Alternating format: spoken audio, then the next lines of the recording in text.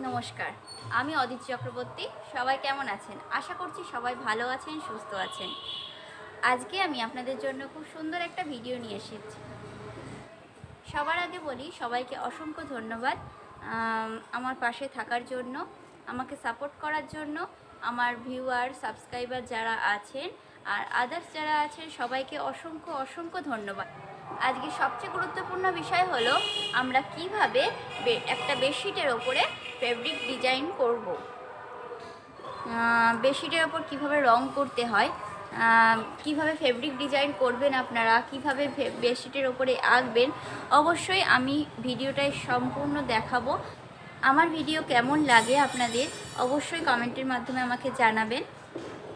আর এই ভিডিওটা যদি আপনাদের ভালো লাগে অবশ্যই লাইক, কমেন্ট, শেয়ার করবেন আর চ্যানেলটিকে সাবস্ক্রাইব করে রাখবেন যাতে নতুন ভিডিওর আপডেট আপনারা পান। ধন্যবাদ।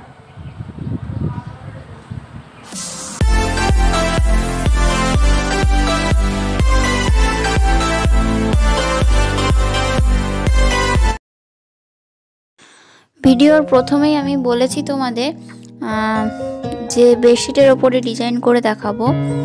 আজকে পার্ট 2টা দেখাচ্ছি। আগের দিন তোমাদের পার্ট 1টা দেখিয়েছিলাম। পার্ট 1, 2 ভাগ করে না দেখালে ভিডিওটা অনেক বড় হয়ে যাবে, তাই জন্য আমি ভাগ করে ভিডিওটা করছি যাতে তোমাদেরও সুবিধা হয়, তোমরা বুঝতেও পারো আর ভিডিওটা যাতে বেশি বড় না হয়। প্রথমে আমি এখানে হোয়াইট কালারটা নিয়ে 1 নম্বর রাউন্ড ব্রাশ দিয়ে রং করে নিয়েছি। তার উপরে সামান্য একটু অরেঞ্জ কালারটা নিয়ে হাত দিয়ে আমি ঠিক নিচ থেকে উপরের দিকে টানছি, যার জন্য দেখুন সুন্দরভাবে ডিজাইনটাও হয়েছে, রংটা ফুটে উঠছে সুন্দরভাবে। এরকমভাবে প্রত্যেকটা ডিজাইন করব।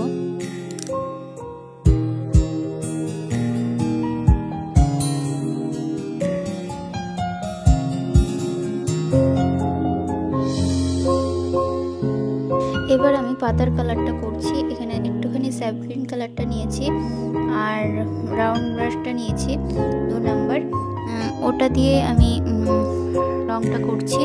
ঠিক ওপর দিকে নিচের দিকে রংটা টানছি।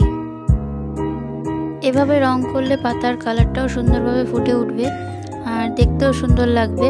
আপনারা এরকমভাবে চেষ্টা করতে পারেন, খুব সহজ হবে আর ভালোও হবে। স্যাপ্লিন কালারের উপর সামান্য একটু লেমন ইয়েলো দিয়ে পাতায় টেনে নিয়েছি, যার জন্য আরও সুন্দর ফুটে উঠছে।